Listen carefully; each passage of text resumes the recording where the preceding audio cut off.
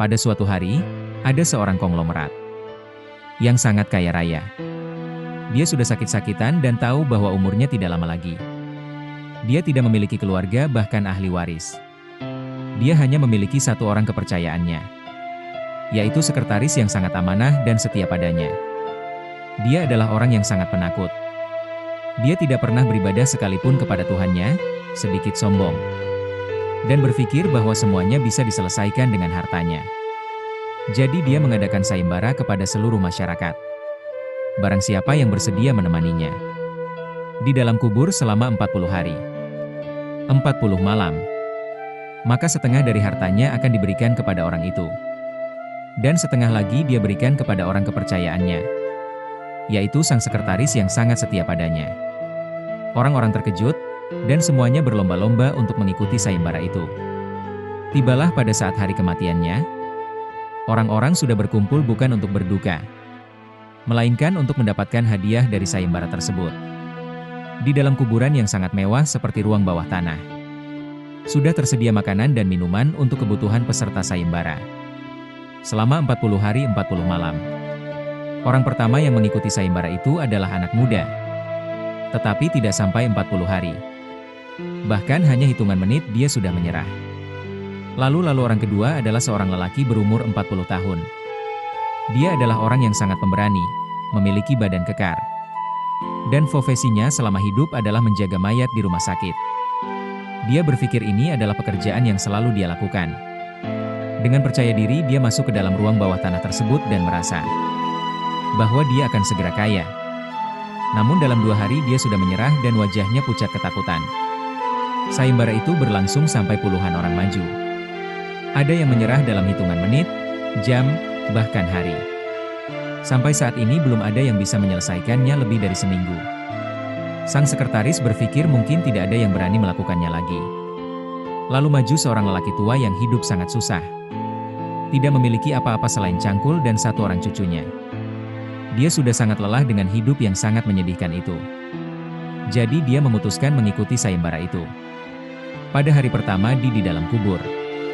Pada saat baru masuk dia mendengar suara jeritan dan suara siksaan di dalam peti mati itu. Dia mengabaikannya dan hanya duduk diam. Lalu dia mendengar suara yang sangat menakutkan. Dari mana harta pertamamu kau dapatkan dan untuk apa harta itu kau gunakan? Lalu tidak berapa lama terdengar lagi suara siksaan dan jeritan itu. Lalu terdengar lagi suara. Dari mana uang-uang itu kau dapatkan? Dan untuk apa kau gunakan uang itu?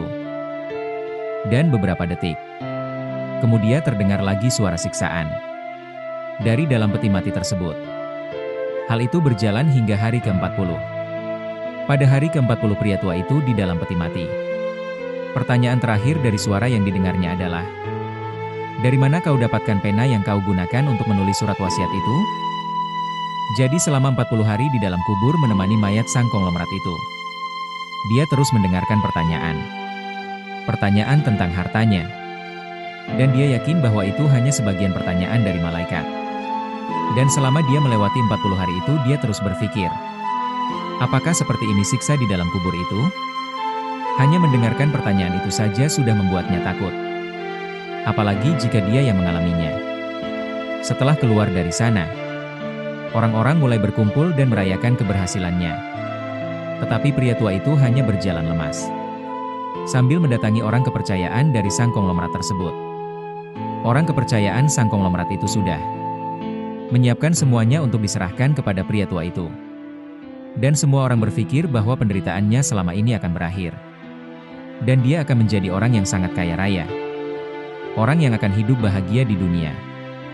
Dengan harta sebanyak itu, dia tidak perlu bekerja selama sisa hidupnya karena harta itu akan cukup untuk segalanya. Lalu pria itu menerima semua harta yang diberikan oleh orang kepercayaan sang konglomerat. Tetapi dia mengatakan kepada semua orang yang ada di sana bahwa semua harta itu akan dibagikan kepada seluruh orang yang ada di sana. Dia tidak menginginkan sedikit pun dari harta itu. Sontak semua orang terdiam bingung, apa yang terjadi? Lalu seseorang bertanya kepadanya, kenapa engkau harus memberikan semua ini kepada orang Kain? Terlebih lagi kau tidak akan mengambil sedikit pun dari harta itu? Sambil tersenyum, pria tua itu menjawab. Selama 40 hari aku berada di sana. Aku mendengar bahwa orang kaya itu. Terus ditanyai oleh malaikat dari mana dia dapatkan harta. Harta itu dan dipergunakan untuk apa semua itu? Dia ditanyai mulai dari harta terkecil sampai terbesar. Bahkan pulpen yang digunakannya untuk menulis wasiat ini pun juga ditanyai. Selama itu aku berpikir, aku hanya memiliki cangkul ini. Tetapi mungkin aku tidak bisa menjawab. Untuk apa saja cangkul ini kugunakan?